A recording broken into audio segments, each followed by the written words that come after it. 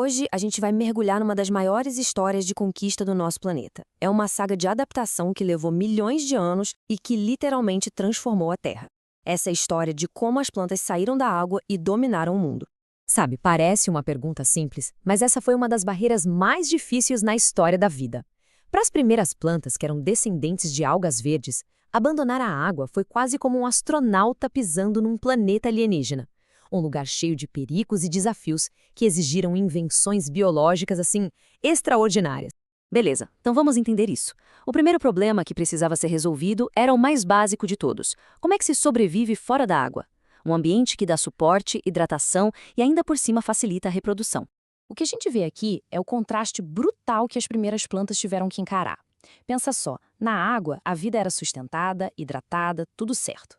Já em terra, o ar sugava a umidade, a gravidade tentava esmagar tudo e a reprodução virou um problemão de logística.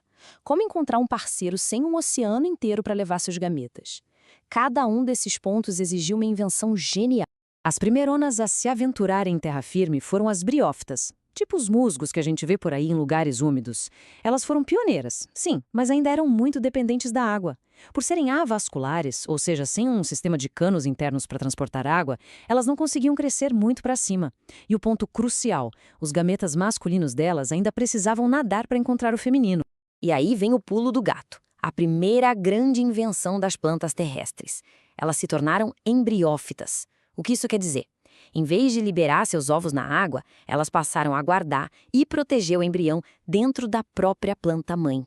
Foi como criar o primeiro útero do reino vegetal, sabe?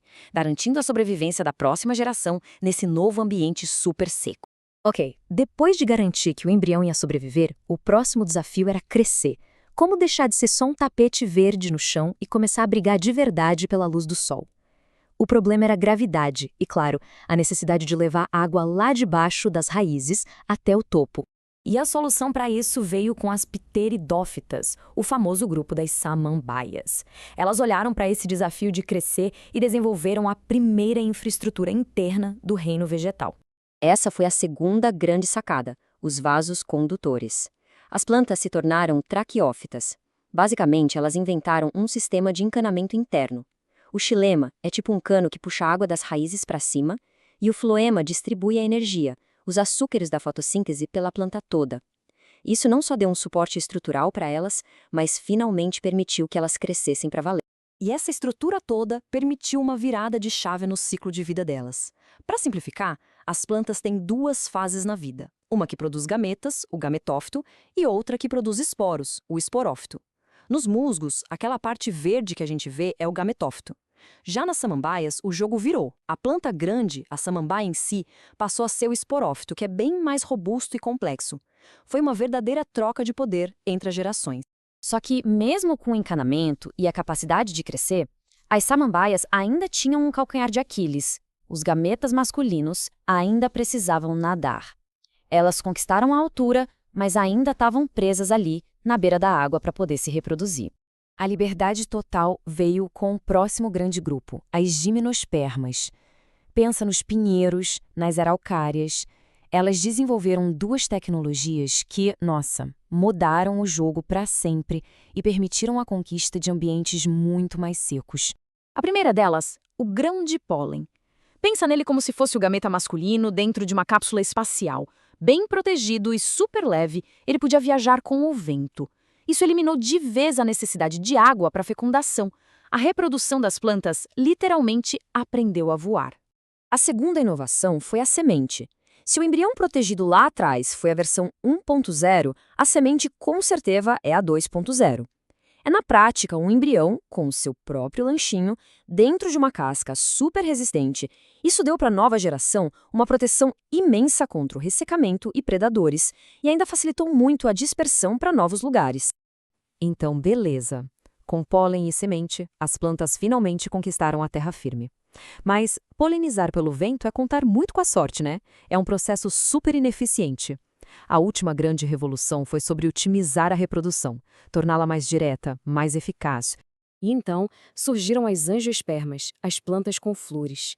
E elas não só conquistaram o ambiente, como passaram a moldar esse ambiente de forma ativa, criando parcerias super complexas e vantajosas com os animais. A primeira ferramenta para isso foi a flor. E olha, uma flor não é só bonita, ela é uma peça de marketing biológico de altíssimo nível.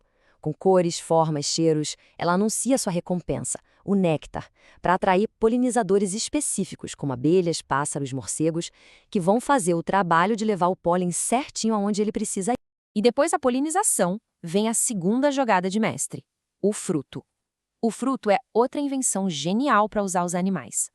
A planta envolve a semente numa polpa docinha, nutritiva, e convence um bicho a comer e depois depositar a semente, já com um pouquinho de adubo, num lugar novinho em folha. É o serviço de entrega perfeito. E essa especialização é uma coisa incrível. Se a gente olha aqui, dá para ver como cada tipo de flor é desenhada para um polinizador específico. As que dependem do vento são discretas. As que querem atrair abelhas usam cores como azul e amarelo. Para os pássaros que enxergam bem o vermelho, as flores são vermelhas e tubulares.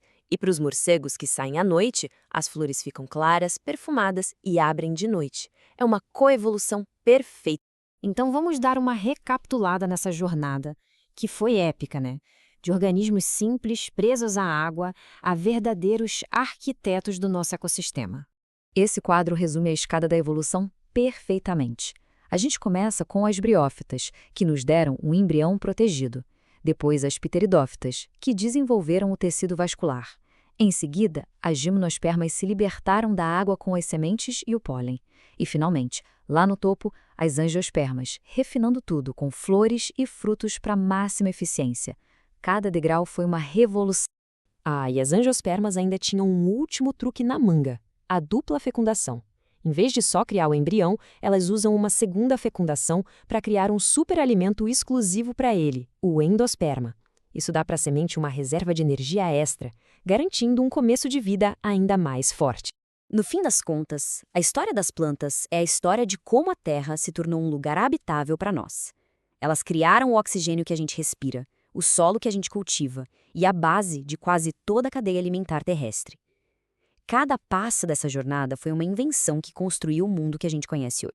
E isso tudo deixa uma pergunta no ar, né? As plantas resolveram os problemas de sobrevivência, de estrutura, de reprodução, de eficiência? Em um planeta que agora enfrenta novas crises, qual será a próxima grande invenção do reino vegetal? A resposta, quem sabe, talvez já esteja evoluindo silenciosamente, bem debaixo do nosso nariz.